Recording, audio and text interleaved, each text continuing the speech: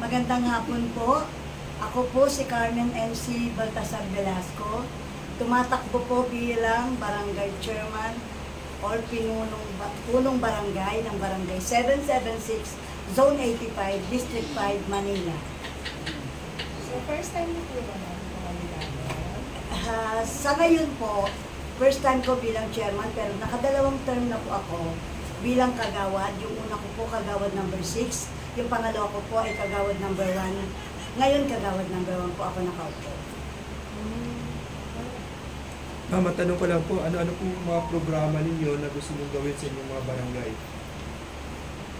Actually, tungkol po sa programa, napakadami ko pong naka-line up na programa.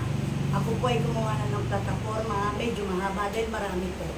Pero ang pinaka-importante po, ang priority ko po, ay ang mga senior citizen. Unang-una ko po silang aasikasuhin at kakalingain para sila po ay maalagaan at mailagay sa maayos na kalagayan at makatanggap po ng mga sapat at tamang benepisyo na manggagaling po sa gobyerno.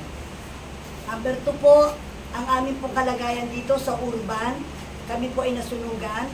Ang kinatatayuan po ng bahay namin ngayon ay galing po sa urban land sa City Hall, na ito po ay aming babayaran sa urban po. Ipagpapatuloy ko po ang pag-aasikaso upang lahat po ng masunugan ay mabigyan ng isla at mabigyan ng mapapagtayuan ng bahay. Pangatlo po, dito po sa barangay, marami pong hinaing na ibibigay ko po at sasagutin ko, especially yung mga kabarangay ko po na maraming biyayang hindi natatanggap. Ipapalasap ko po sa kanila. If ever ako po ay palarin at pahintulutan ng Diyos na mailuklok, unang-una ko pong pagiginawahan ng kabarangay ko na maraming hinaing. Isa pa po, ang mga tanod, kalagayan po ng mga tanod namin. Ang mga tanod ko po, ay gagawin kong 3 shifting. Bibigyan ko po sila ng extra allowance bukod sa kanilang honoraria. I-enroll ko po sila sa SSS para sila po ay magkaroon ng benefit sa SSS, voluntary contribution po. At marami pa pong iba na kailangan sa barangay. Mama, ano pong mga programang pangkabuhayan niyo dito sa barangay niyo po? Programang pangkabuhayan, pwede ko pong basahin yung ginawa.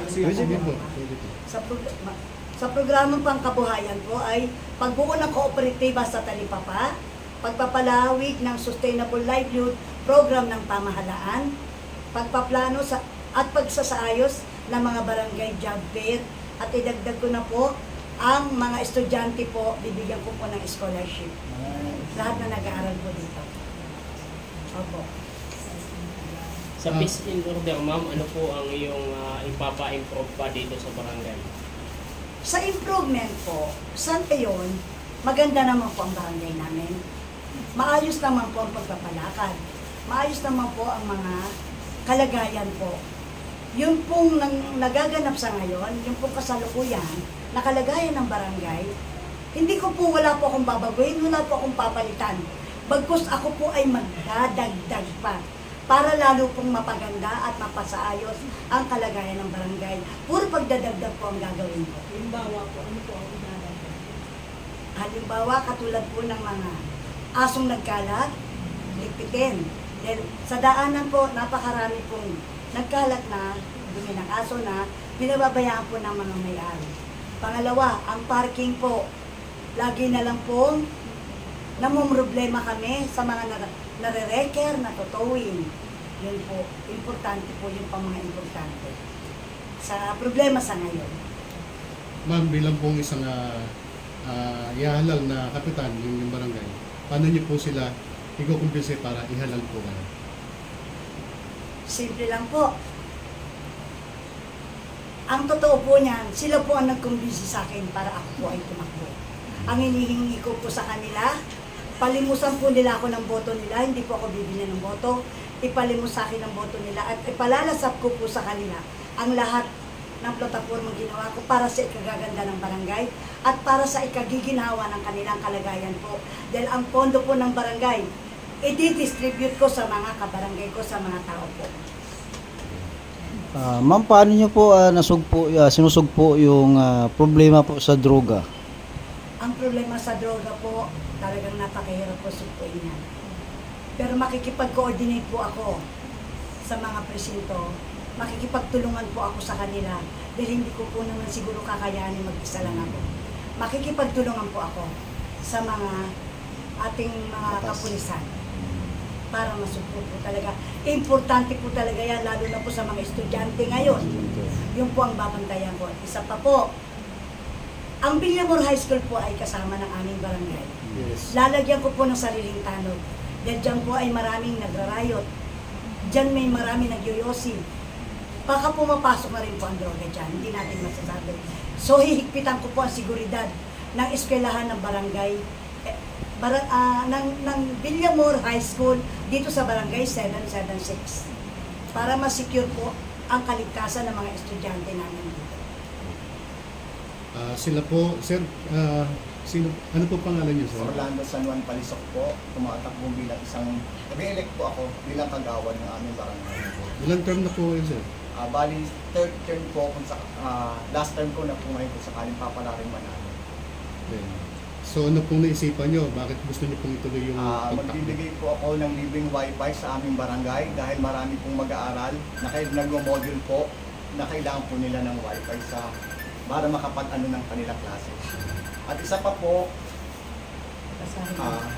magbubuo kami mga kagawad ng trust fund para ang mga kababayan ko, just in case na may emergency, mapapautangan ko sila ng hanggang 2,000 piso. Yun ay wala pong interest. Kumbaga, parang ganun lang po, kooperatiba po. Nag-usap-usap na kami ng mga kasama kong bilang kagawad na tatakbo. Yun ang unang gagawin namin proyekto. So ano po yung qualification para makapag-avail po sila ng ganyang klaseng programa? Basta barangay, talagang mismong barangay lang po namin, constituents lang po namin, ang makakinabang po namin. Sir, hindi kaya ito mapunta sa corruption dahil ito ay pira mismo? Hindi po siguro kasi ang mga kasama ko, tiwala po ako sa kanila dahil nakasama ko na sila ng matagal na panahon. Ilang porsyento kaya ito mag-work yung naisipan yung gagawing pondo? Bali po yung unang sweldo namin sa next year kung sakali kami papalarin at ang aming punong barangay, yun ay bibigay namin yung buong sweldo namin o nanarya namin, pag-iipunin po namin lahat para magkabuo kami ng fund para iipunin namin yung aming sweldo. Parang kumbaga sa yung pera na yun wala na. Kung kahit na mawala po yun, okay na po sa amin. So volunteer po yung ginagawa? Opo, volunteer. Sir naman po, sir, ano po Kilala ka lang pangalan muna, niyo, sir. sir? Magandang hapon po. Ako po si Willie Campos, tumatakbong bilang kagawad. Ako po dating EXO. Yung bilang EXO, natutugunan ko po lahat ng mga pag-iingat, lalo na sa prevention ng krimen. Kasi pag alerto ka, mape-prevent mo kaagad yung mga may masamang gawin. Kasi po, may mga CCTV na tayo, curfew, napapatupad natin na maayos na yung may nakakarpyo kami, maganda po ba ng pakitutungan namin sa kanila. Nandiyan dyan, natatawag namin ng mga magulang na ito yung anak ninyo para hindi sila mapapaiba. Nagpapasalamat po ang mga kanilang mga magulang dahil naiingatan ng barangay ang mga kabataan. Sir, ilang years na po kayong bilang EXO sa inyong barangay? Yung bali 5 taon po. So naka-encounter na po ba kayo ng minor na talagang pasaway? Paano nyo na-handle yung emosyon nyo para mag-disiplina yung mga kabataan? Kasi kailangan po yung maganda yung komunikasyon nyo. Kahit talagang hindi maalis lahat may kabataan, may mga pasaway. Mas maano pa yan kaysa sa matatanda ang kabataan, talagang kakulit. Pero madali naman yung ibigay mo sa kanila muna yung pasalitain mo sila, yung kung bakit sila ganon, at isasabihin namin yung tungkulin namin. Ngayon, pag nagkasundo kami, kasi ang kabataan ngayon, pag maganda lang naman ang approach mo sa kanila, walang problema Kailangan respeto po. Respeto, yun ang unang-una, talaga ang respeto. Hindi tayo maging basto sa kanila. Kahit pasaway, pakita mo na, respeto mo sila kahit bata. So, ayan, nagawagan na ng paway sa ngayong darating na eleksyon? Mga kabarangay, sa 776 Zone 85, mula sa aming punong barangay, kay si Velasco, at mga kasama kong mga kagawad, kay Orlan Paliso, kay ating chairman Hans Alonso, Owen Serso, Cheryl Manalo, Odil Rodriguez, at isama na nila po ako, Will Tangkos. So balik tayo kay Chairman. Sige po, baka pwede pa ako kami salita. Baka may nakalimutan po. Ay, si Sir pa pala. Pero pa pa Sa sir. bahay. Sir, Sir, mga po si Isa Sir, sa Sir. kagawad ko, si Ruel. Sir, pangalan po, Sir. Ako po si Ruel Serso. Kandidato rin bilang kagawad dito sa barangay namin, barangay 776. At ang punong barangay po namin ay si Miss MC Velasco. baka may mailang. First time niyo po ba, Sir? Hindi po, graduate po ako ng trigger po kagawad. Bumabalik lang po ako. So ano po nagtulak sa inyo para magbalik po kayo sa larangan ng barangay?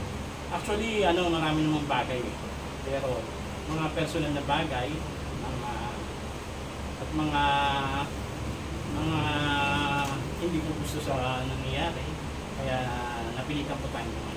Sir, isang tanong ko lang po. Ano yung pangunahing problema sa inyong barangay na kaya niyong solusyonan? Kaya ko solusyonan, gaya ng sa PC order, yan po yung number 1 dito sa atin. Kaya po natin solusyonan. Sa malawagan na rin po. Si Kapitan na, Kapitan. Kasi, po.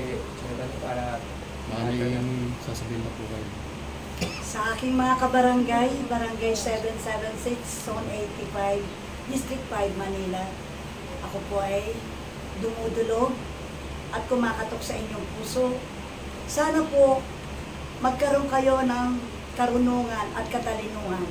Hipuin ni God ang inyong puso't isipan, damdamin at kalooban na maging matalino kayo sa pagboto ngayong barangay election ngayong October 30. Ako na lang po sana ang iboto nyo. Pakikita ko po sa inyo. Promise, bibigay ko po ang kaginhawahan sa mga kabarangay ko. Pasasayahin ko po kayo dahil kayo po ang nag-request na ako po ay tumakbo bilang chairman. Kaya, ginawa ko po ito para sa inyo, especially sa mga senior citizen po. Ang mga senior citizen, kapag ako po ay inyong iniluklok at iniupo, libreng gamot, may cash gift sa birthday ninyo. Yun po ang para sa kaginhawahan at kasayahan ng mga senior citizen ng aming barangay. Maraming salamat po. Yeah. Yun, again, Sigaw. Ano ba? Sigaw. ano po ang sigaw ng mga kagawad? Mga sigay, edit. Anong motto niyo? Multis 5. Bonus 5? Hindi, ano? Velasco!